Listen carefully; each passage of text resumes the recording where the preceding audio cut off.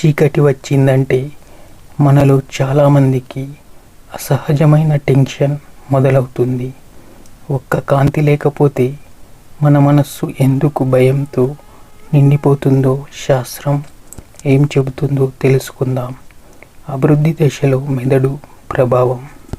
మన పూర్వీకులు అడవుల్లో జీవించేటప్పుడు చీకటి సమయంలో మృగాలు ఎక్కువగా వేటకి బయలుదేరేవి. అందుకే మన మెదడు చీకటి ప్రమాదం అన్న సిగ్నల్స్కి అలవాటు పడింది. ఈ భయం మనలో జాగ్రత్తగా ఉండమంటూ ఒక రక్షణ చర్యగా పనిచేస్తుంది.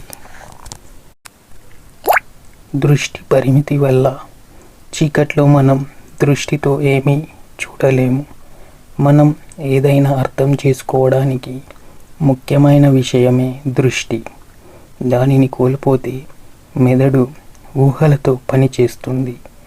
కలలు, భయాలు, ఊహల మూలంగా అసలు లేని భయం పుడుతుంది. అమిగ్డాలా స్పందన.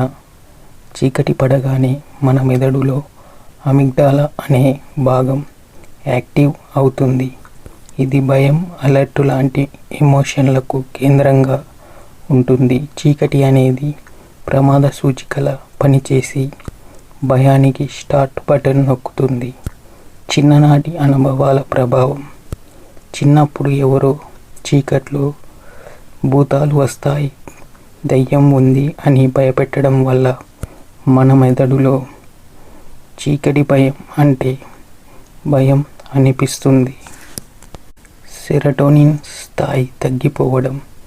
చీకటి సమయంలో మెదడులోని సెరటోనిన్ అనే హార్మోన్ స్థాయి తగ్గిపోతుంది. ఇది ఆనందానికి, మనశ్శాంతికి కారణమయ్యే హార్మోన్. దీని లేమితో మెదడు ఉన్మాదంగా మారుతుంది. భయాలు ఎక్కువగా కలుగుతాయి. ఊహలు, కల్పనలు భయంగా మారడం. చీకటి మనకు తెలియని ప్రపంచంలా ఉంటుంది. ఈ తెలియని తనం వల్ల మన ఊహల్లో దయ్యాలు, శబ్దాలు ఆకృతిలో కనబడతాయి. ఇవి నిజంగా కాకపోయినా మన మెదడు వాటిని నిజంగా భావించి భయంతో నిండిపోతుంది.